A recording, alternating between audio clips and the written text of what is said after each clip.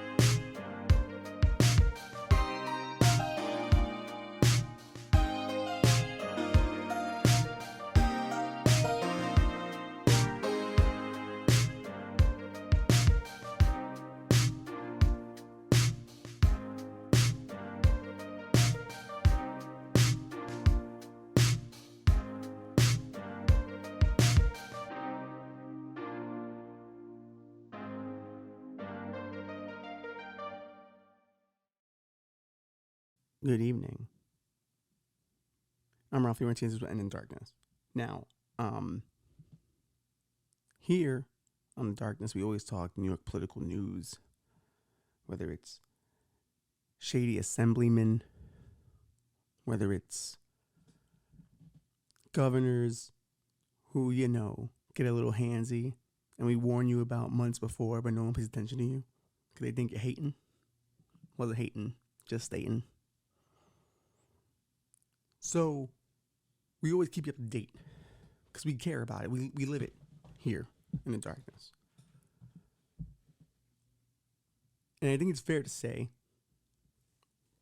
that Eric Adams may be our greatest mayor in the history of all mayors. Hot take. Hot take indeed. But hear me out. Okay, I don't know how passionately I feel about this, but we will see. He recently said that New York benefits from the power of crystals. The power of crystals. Quartz, all kinds, within the ground of our fair state, I guess the city he's speaking about specifically, and we benefit from the vibes of these quartz. It sends a power through New York that makes us, resilient, and it's good for the city, even though there is massive crime. He didn't mention the vibes being off. Just vibes.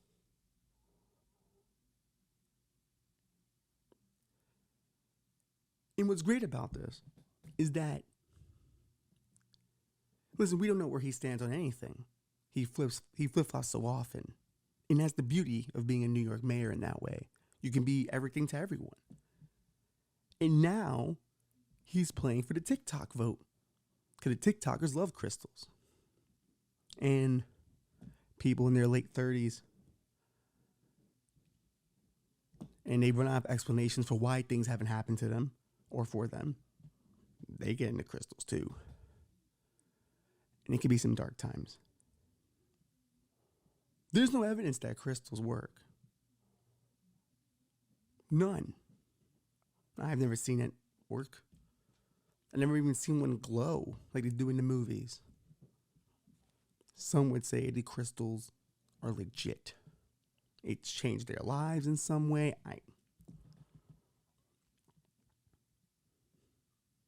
The people in my life who do the crystal stuff, nothing's really happened for them, really. They're still where they were when they started the crystals. The hocus pocus woo woo. Our mayor has healing crystals on his wrist at all times.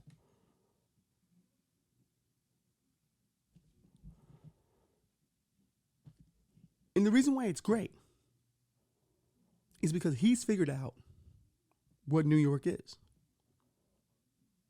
It's full of shit. Why have a policy? Why do policies? Why not believe in crystals? Everyone else in New York is delusional. Join in. Why would we be led by a sane person? Why not just join in? Join in it. Enjoy it. We often say here, the biggest mistake you can make is trying to make sense of everything. Why not join in?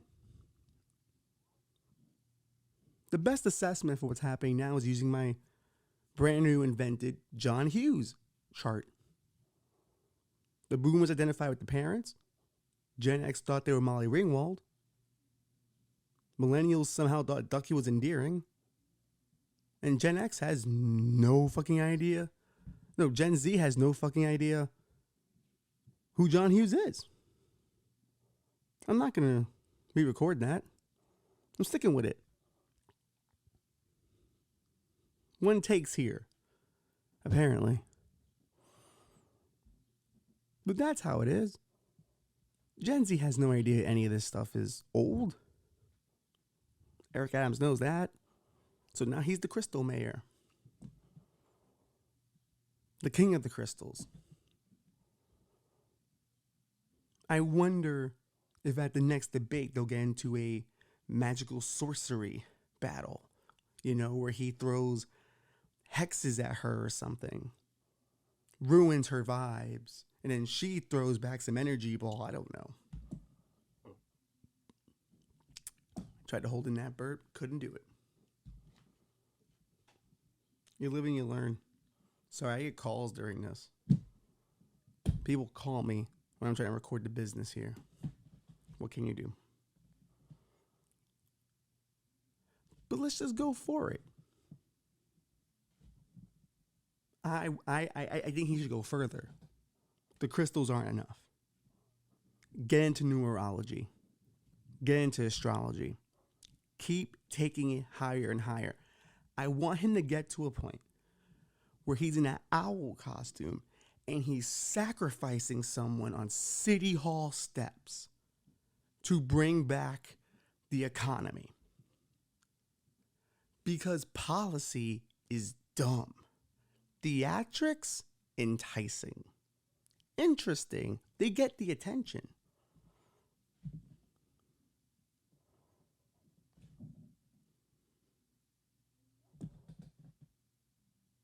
Take it all the way. Crystals.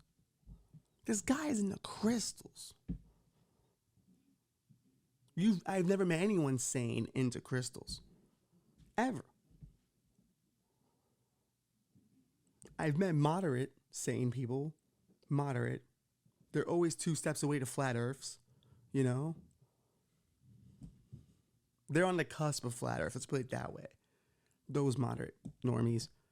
But the rest of them are just the weirdest people I've ever met. Now, granted, some of you are who routinely watch are going, well, now, Ralph, you grew up Catholic. You believe the dude walked on water. Well, I think there's some scientific way of explaining that. Maybe. People say the Dead Sea had a lot of salt and creates buoyancy. Maybe it had a lot of salt that time and it created buoyancy for him. Buoyancy. Look at me explaining away my shit. This is why I think Eric Adams should go full crazy with the crystals. Because everyone in New York believes some weird shit. They believe in themselves, and that's a mistake. A lot of them make that mistake. Greatest mayor in our lifetime. Greatest mayor in our lifetime. He cracked the code. I'm insanely jealous. I wanted that to be my mayoral run. Taking it to the depths of the extreme. But to be honest, I'm happy it's him, though. Because I probably would have gone too crazy too soon. I would have gone full Illuminati within the first 2 weeks. That you got to build to. Which is what he's building to now. I guarantee you there's probably a few conspiracy theories out there where this crystal thing is just the beginning. But doesn't the crystal thing a little bit? Just a little bit. Sound like Ghostbusters 2 with the gobbledygook. And all the negative vibes in that gook. And it was going around, causing trouble, bringing back ghosts. That gel was really powerful. Supremely powerful.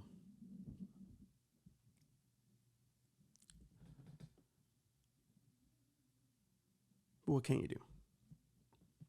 That Eric Adams is a wild, wild boy. And I appreciate him. I do. I truly do. I wonder how far you take it now. Like, where does he go from here? Because I know where I want him to go, but where does he want to go with it? Like, does he want to go like full like Zodiac Warriors in the anime and shit? Is he gonna go full Voltron? Is he gonna meet other politicians who are into crystals and now they're a crystal league? And they're gonna take down all the horrors of New York with their magical powers? I don't know. But I like where it's going. And you have to like it too. Because who wants reality anymore? Who needs that?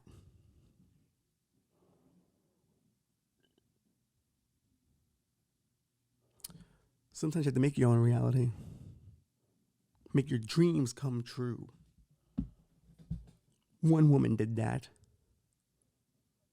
I believe her name is Nancy Bopfy.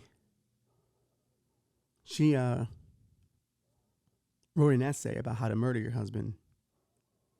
And then she murdered her husband. Bold move to write the essay first. Then again, I thought it was a bold move when OJ wrote his book, If I Had Done It. I don't think he was out of bounds for writing that. Because deep down, we all wanted to know.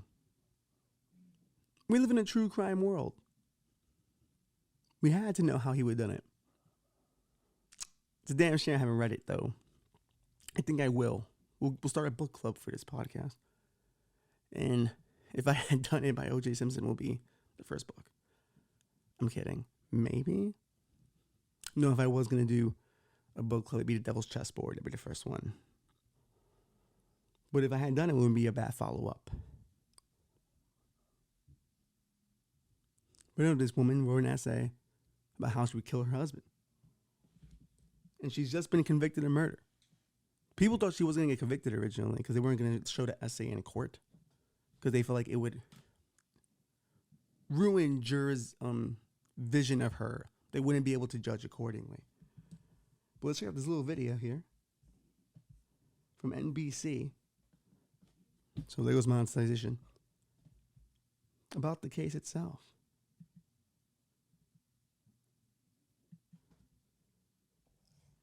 Volumes up. After about 24 hours of deliberation, a jury found Nancy Crampton Brophy guilty of killing her husband, Daniel. The murder happened nearly 4 years ago in June of 2018. Daniel Brophy's mother, Karen, says she's been praying for justice. I've had a struggle believing Nancy. She was our daughter-in-law for a long time. And when she was arrested, it was a great surprise to us until we found out that she hasn't been truthful with us either. So the state said Crampton Brophy lied about where she was the morning of the murder. Her van was caught on surveillance in the area of the Oregon Culinary Institute in southwest Portland around the time of the murder. Prosecutors say the motive was money, insurance money Nancy would receive upon her husband's death. During the trial, Nancy told jurors she did not kill her husband. Daniel's son and Crampton Brophy's stepson, Nathaniel, was there Wednesday morning as the verdict was read.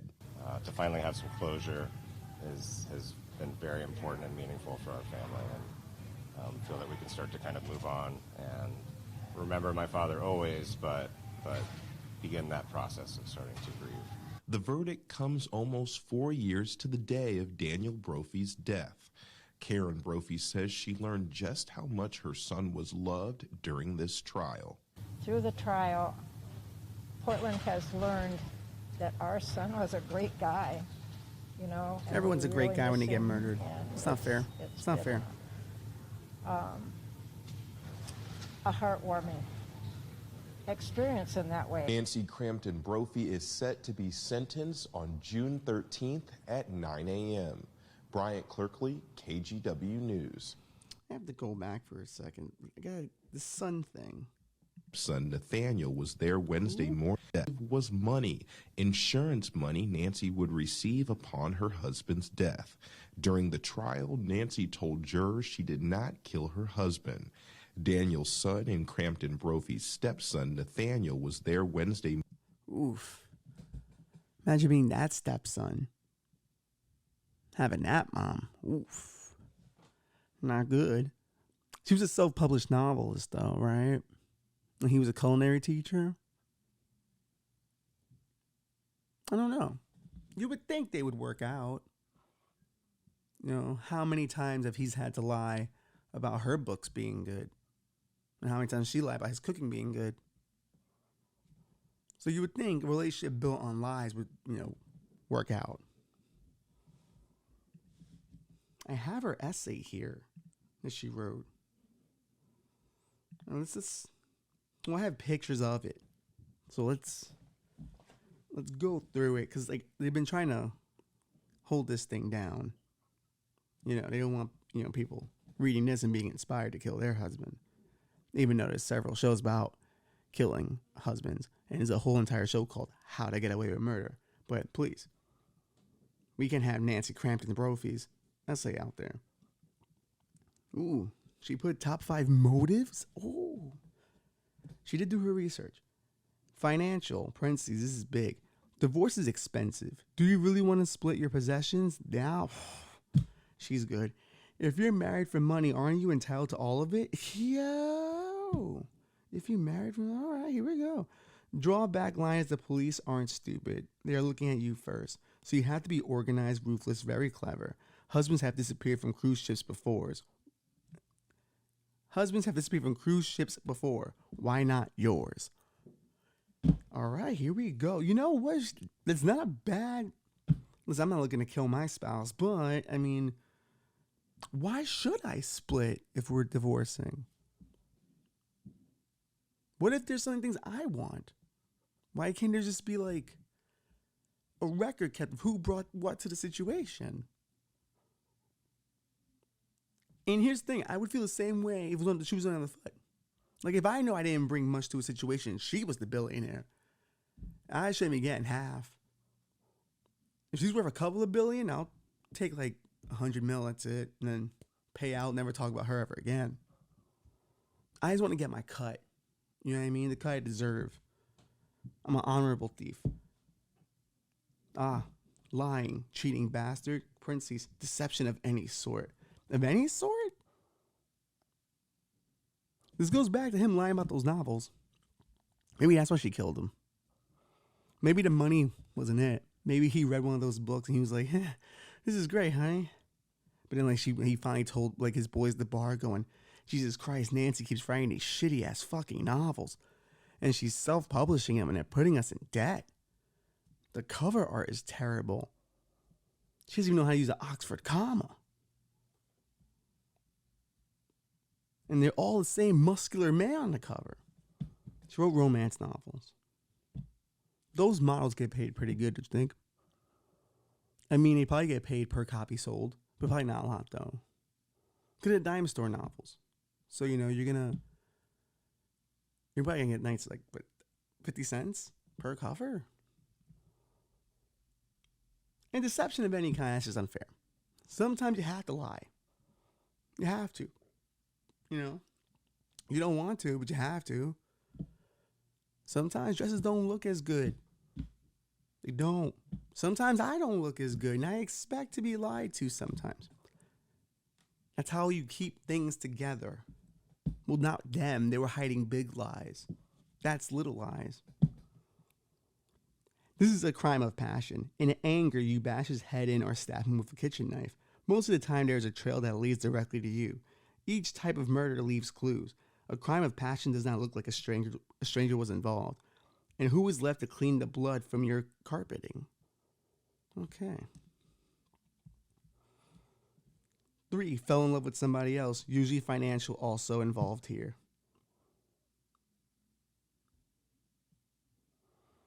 I think we're learning something about Nancy.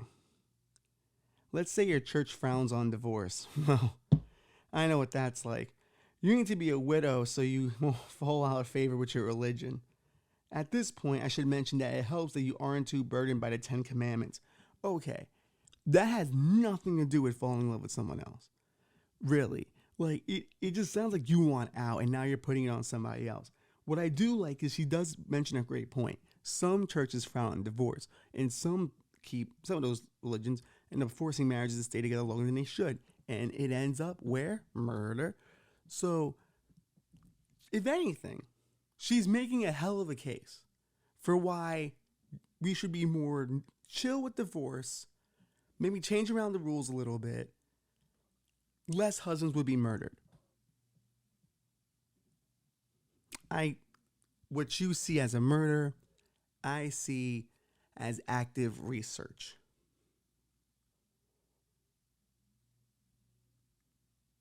She's not wrong thus far. Bold take, I know. She's not wrong. Number 4, abuser. Oh, I'm into this one. This one is tough. Anybody can claim abuse, but what is abuse? To a teenager, it might be took different than to a spouse. As motivation, this reason usually comes from after you've been arrested. And not a lot of abused wives dial 911 upon burning down the house with their husbands in it. That's a fair motive. Now, keep in mind what she did.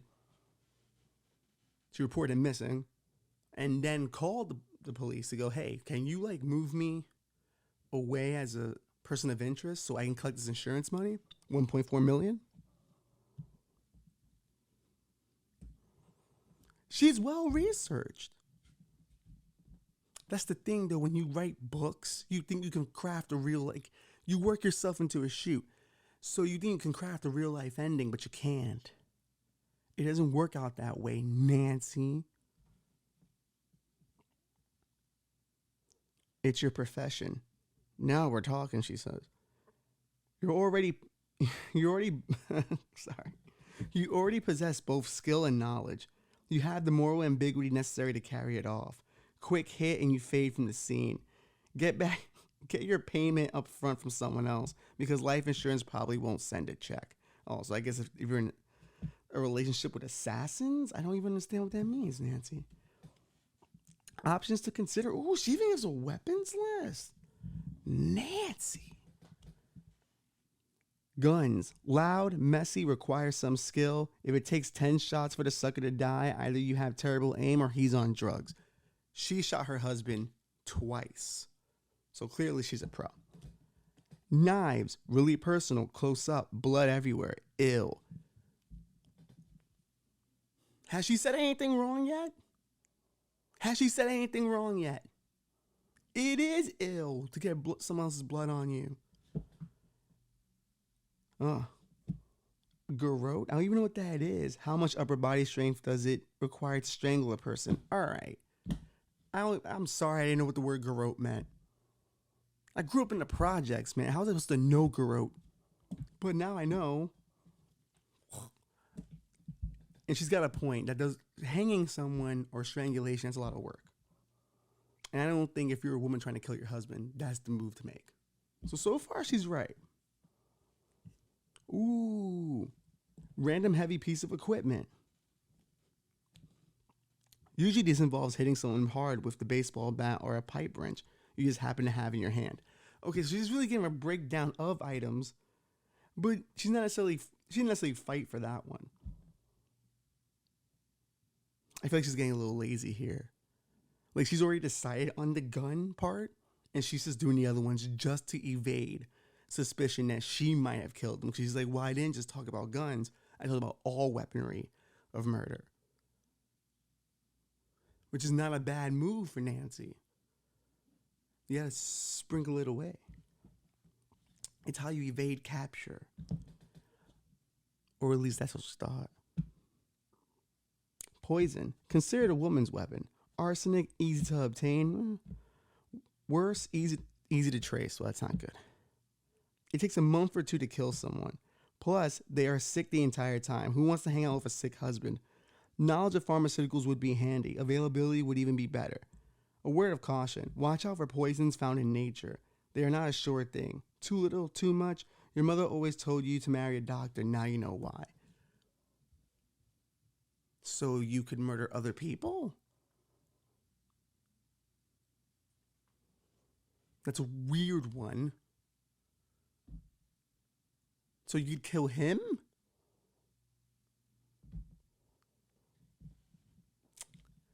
The wheels are falling off Nancy's essay here. But I'm dedicated, and I want to see this through on the last two options. Hiring a hitman. Do you know a hitman? Neither do I. An amazing number of hitmen rat you out to the police or blackmail you later. Okay, that's fair. Hiring a lover. Never a good idea. Husband dies and now the wife gets the money. The lover doesn't always win in this scenario. Sometimes he too finds himself facing a loaded gun. I think, here's the thing, right? Because they were talking about how, or another thing I saw, that she wanted to travel the world and he was more like a homebody, didn't want to go anywhere. I think Nancy's idea of her life is her a loaded gun and pam, pam, pam, taking on the world, you know? No man's going to tell her what to do and tell her where she can go to. She's going to write these dime store novels to the top, baby. She had a strong essay. At least the parts we saw. She had a strong essay, How to Kill Your Husband. It just, once she realizes how she's going to do it, she has no other opinions on the other options, and that's a problem. People can always sense when you're running towards an ending.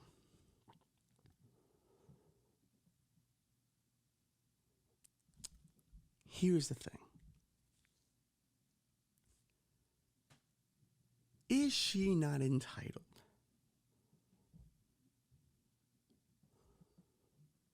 as a creative to make this a piece of performance art?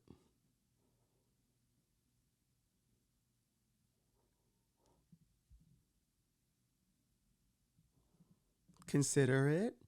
Don't walk away from it. Consider it.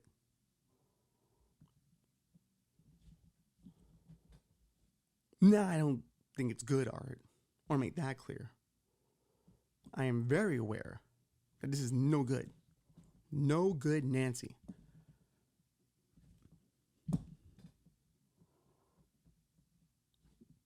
But maybe it's a piece of art. I'm not against it. I'm not against that argument. She didn't win the case, clearly. But I'm not against the argument. That's the argument I would have gone with.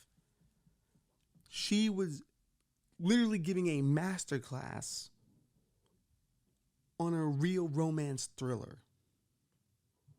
And the only way she can get her point across is shooting her husband. Not good. Not a good thing to do.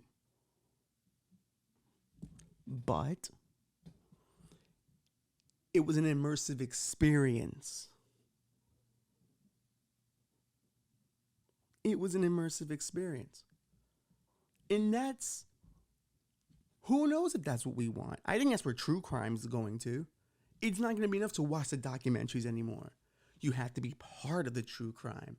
You have to be Marilyn Manson murdering the people because you need to know what it feels like. Oh, you saw that documentary? Yeah, I did, but have you done the immersive experience where you're at the Tate LaBianca murders? It's pretty impressive. It's dope, man.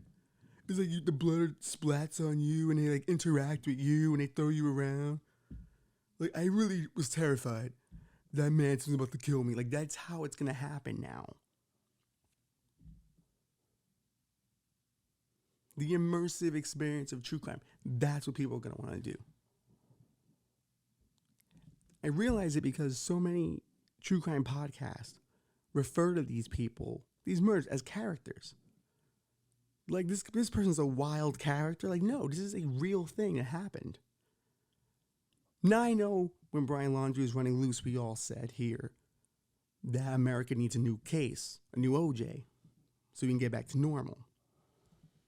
We might have been wrong, because it seems like there's a new case every day and no one cares.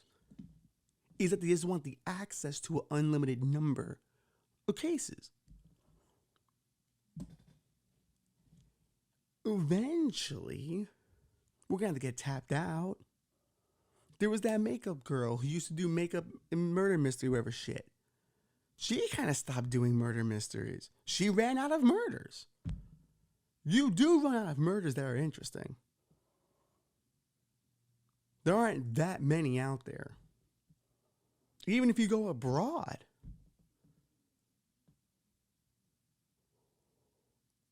We've tapped out of true crime. Now you have to take the true crime we have and take it to the next level. Immersive experience.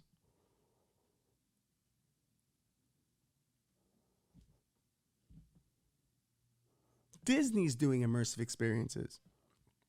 Found out about this recently. The Star Wars Star Cruiser. Now you're thinking, oh, a cruise ship. Star Wars themed, that could be interesting. Are people dressed as Star Wars characters? Everything Star Wars? Mm-hmm. It definitely has those things. It's just not a cruise ship. It's a hotel in Disney that you don't leave. You have to stay within the hotel. Okay, it's a starship and outside is dangerous because there's no oxygen. And you basically cosplay Star Wars your entire stay. It costs $5,000 for 2 nights stay. $5,000 to walk around dressed as Watto, dressed as a Wookiee, dressed as whatever the fuck shit they want you to do. And there's little events that occur during your stay that everyone gets involved in. But you're in a hotel.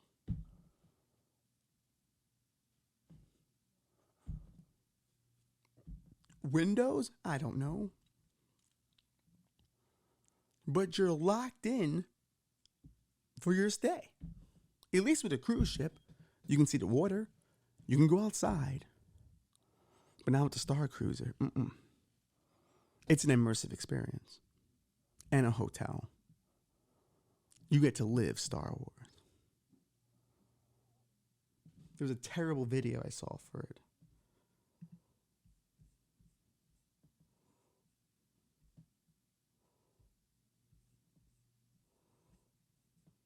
Let's pull up the video. For the first time, it's real. We've traveled to the far reaches of the galaxy. We got recruited by the Resistance. And now, we're ready. Come on, Dad! We gotta go save the ship. No. We're gonna save the galaxy.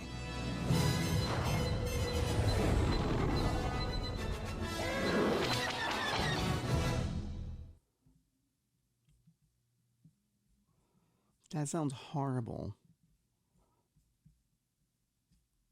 You gotta do activities with your family on vacation? That sounds horrible. What if your kid is too dumb for the activities? Do you want to be that dad? The entire hotel now knows your kid's dumb. It would be like a simple puzzle, too. And you won't get it. You're like, really? You're doing this now? Who needs that embarrassment?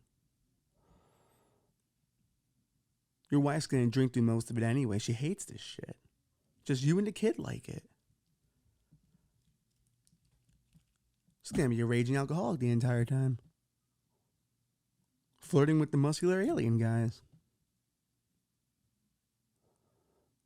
Hey, did you hear about Stormtrooper 567? His wife is just all over the place. I saw him making out with the Yoda puppet. Immersive experience, you know? Fuck. 2 nights, $5,000. Then there's activities.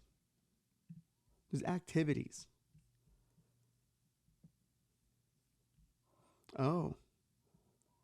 There's a welcome message.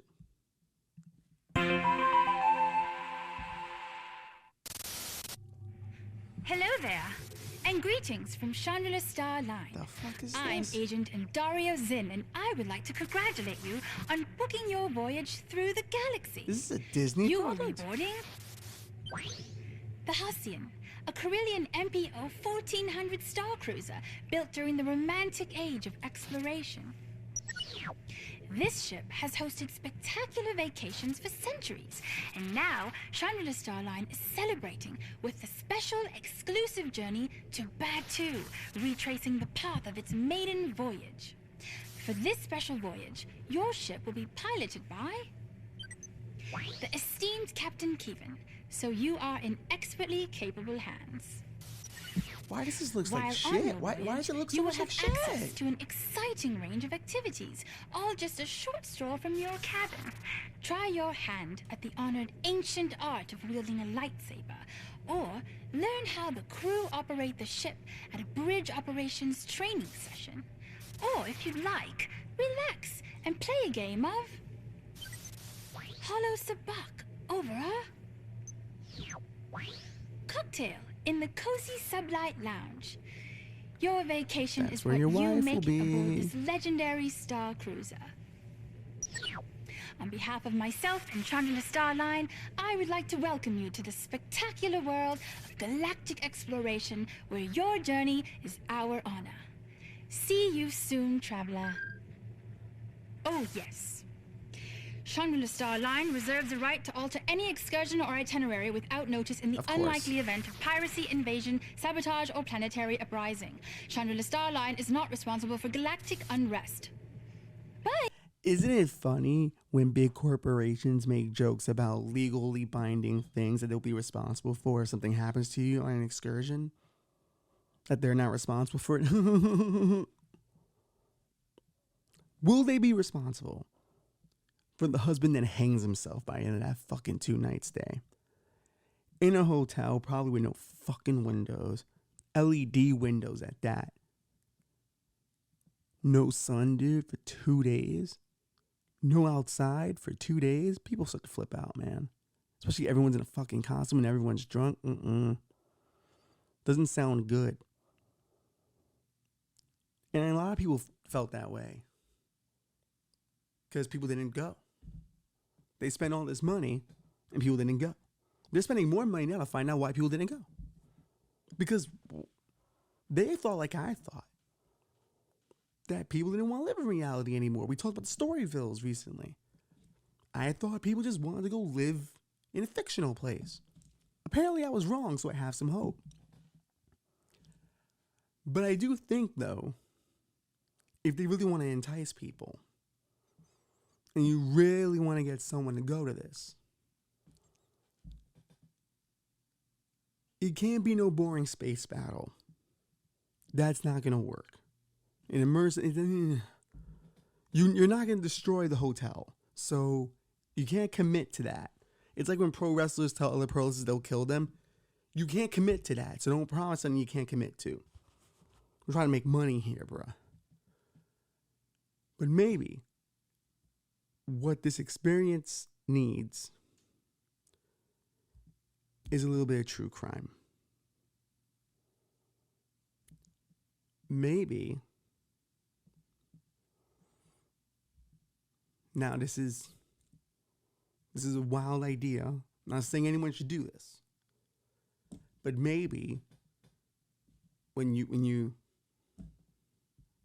book your reservation at Star Cruiser, there is a random lottery someone is chosen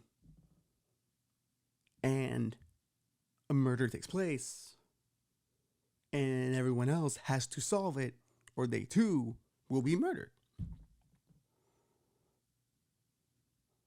Because that's what we're interested in. We're not interested in going to space anymore. Space is boring.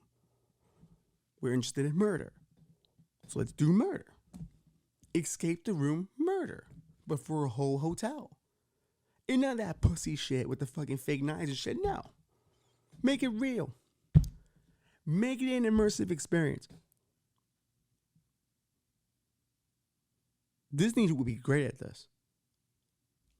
They have the money of a small country. So they can hire some military guys, some lethal assassins for the hotel. I don't see that being a problem. Controversial as it is, I think it would actually help business. Because there's nothing dangerous about it. Like physically, it's just psychologically damaging being in a hotel for 2 days that you can't leave with no windows. And surrounded by drunken Star Wars fans. The worst kind of people in the world. Whew, I don't know what that was, but that was nice. But, yeah. It's pretty great. I think it's a good idea. Who doesn't want to solve the murder of the kid dressed up as Jar Jar Binks? Maybe a kid's too much. Let's go with an elderly gentleman then. So you're mortified by the first one, but you're not necessarily wanting to solve the crime because you're like, well, maybe he was a heart attack. Maybe it was something else. Then it's a second. And that's when the immersive experience begins. You know, maybe there's one guy who works for the hotel and he's like a detective-like guy. And maybe he doesn't know who killed him. Maybe he doesn't know how to find the assassin. Maybe like he can't know everything. You know, you're going to have to get a new one every time, I think. Because once he knows, or maybe the assassin chooses to do it differently every time. So he's constantly, every 2 nights, having to figure out a new mystery. How do you even qualify for that job? I don't know. But, that could solve the problems. Instead of spending more money into figuring out why people during COVID didn't want to spend a bunch of time in a closed-off hotel pretending to be Star Wars people, maybe you just infuse what people do like and can't get enough of, and that's true crime. Listen, Among Us was one of the most popular games. Deep down, we want to be in a situation where someone gets murdered and we've got to figure it out. Because we all look at those movies and go, I would survive that. Let's put it to the test. Disney, the ultimate, you know, immersive experience. You know, bullets and crystals, the immersive experience. And like Eric Adams is a character in it. He's got crystals, and if you get a certain crystal, it opens up certain bays in the area. You know, the Nancy Crampton somewhere, and she's kind of a gunsmith, and she can let you know what weapons you should use to defend against the killer. She needs a second act for life. This could be her torture. This could be her imprisonment, having to deal with people on vacation. She'll blow her brains out in a week. But then Eric Adams and the crystals. He'll get to expand his political footprint, run for president, and we're a crystal country. And Disney gets to say, hey, we're trying bold things here. For the love of God, come to this hotel, and maybe people might. We try to find solutions on this show. Unlike some other people who would just let Disney fall apart. And I am also still trying to figure out how do we get bought by Disney, because they own a lot of IP, and I wouldn't mind selling this IP for a couple of million. But I think we all know if we entered this negotiations with Disney, how those negotiations would end.